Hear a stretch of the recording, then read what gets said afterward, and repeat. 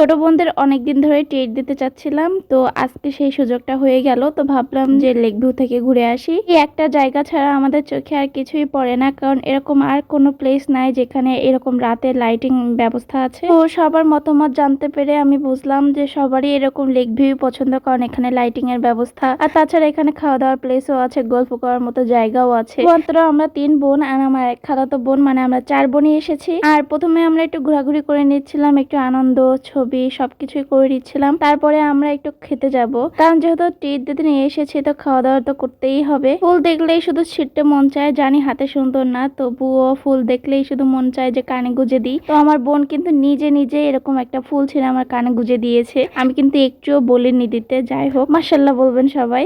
আর এখানে এত সুন্দর সুন্দর গোলাপ ফুল ফুটেছিল, আমার মনে হচ্ছিল যে ছিঁড়ে নিয়ে যাই, ও সেটা ছিঁড়েছিলাম। ওই যে দেখুন, এখানে দেখার মতো কেউ নেই, আবার সবাই আছে পাবলিক প্লেস আর কি, যে যার ইচ্ছা। এখানে ছবি তুলতে তুলতে দেখলাম যে আর একজন নতুন ব্লগার ও যে পাশ দিয়ে চলে গেল, আইডিটা জেনে থাকলে দিবেন তো। আর আমার মেজো বাদুরের মতো লাফাতে লাফাতে আমার এখানে চলে আসলো, কেন জানি না। একটু ভালো ভিডিও করতে চাইলে ওরা এরকম করে। কখন থেকে বলছে এটা সুন্দর ছবি তুলবো, ছবি তোলার মধ্যেই যে ওরা কত রকমের বিগিশিগি করে আপনারা পরেও দেখতে পারবেন যে অনেক বিগিশিগি করে ওরা। তো সবার মতামত নিয়ে এখন আমরা খেতে যাব, মানে চুজ করতে যাব কে কোনটা খাবে। তো সবাই ভাবলাম যে বার্গারই নেওয়া যাক, সবসময় তো হটডগটা খাই।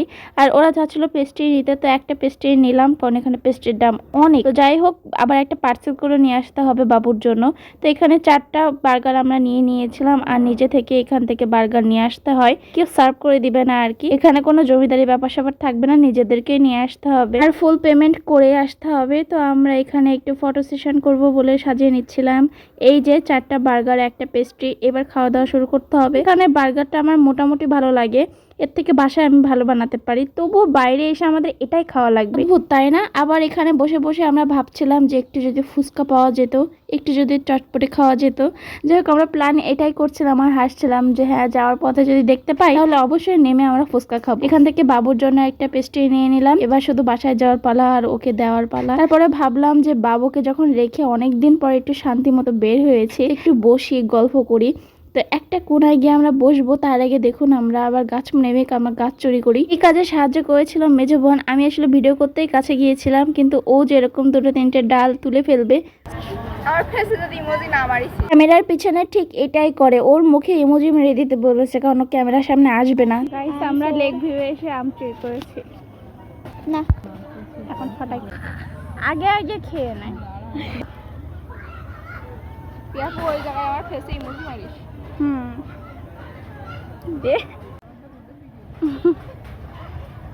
আর এখানে সবাই মিলে একটা ভিডিও নেব ভাবছিলাম। আর এখানে দেখুন আমার বোনগুলো এত দুষ্টু, এত জোরে জোরে আমার হাতে বাড়ি মারছিল। আমি বলছিলাম যে আস্তে করে একটা সুন্দর ভিডিও করব, এই নিয়ে আমার 4-5 বারের ক্লিপ, বাকিগুলো তো আপনাদের সাথে শেয়ারই করিনি। দেখেন অবস্থা, বাইরে আসলে সবাই বান্দর হয়ে যায়। সারাতে ভালো আছি, ভালো থেকো, আকাশে ঠিকানায় চিঠি লিখো, ভালো আছি, ভালো থেকো, আকাশের। প্লিজ কোনো জাজ করবেন না, আমরা এখানে গলা ফাটাবা সেই গান গাচ্ছিলাম, কারণ আমরা একজনের সিঙ্গার না। যাই হোক, আমরা সবাই মিলে একটু আনন্দ করছিলাম। আর কি প্রচণ্ড যে হাওয়া দিচ্ছিল, এখানে বসে থাকতে এত ভালো লাগছিল, বিশ্বাস করতে পারবেন না, মনে হচ্ছিল যে ওখানেই থেকে যায়। কিন্তু বাসায় ওই যে ছোট বাচ্চা রেখে এসেছি, এখন তো যাওয়াই লাগবে। মনটা শুধু ওর দিকে টানছিল, আবার ওখানে বাতাসের দিকেও এত ভালো লাগছিল। পরে এখন আমরা বাসায় চলে যাচ্ছি। আর এই সুন্দর ফুল দেখে আবারও আমি ছিঁড়ে কানে গুঁজতে গিয়েছি, কিন্তু ফুলের সব পাপড়ি ঝরে একেবারে বেহাল অবস্থা। এই ফুলের কিন্তু পিঙ্ক কালারটাও আমার এত বেশি ভালো লাগে, মনে হয় যে বাসার সামনে একটা লাগিয়ে ফেলি। কোথায় পাওয়া যায় একটু বলুন তো এই চারাটা? যাই হোক, এখন আমরা বাসায় চলে যাচ্ছি। আজকের ভিডিওটি এই পর্যন্তই। আপনাদের কার কার কাছে কেমন লেগেছে কমেন্টে জানাবেন। সবাই ভালো থাকবেন, সুস্থ থাকবেন। আল্লাহ হাফেজ সবাইকে।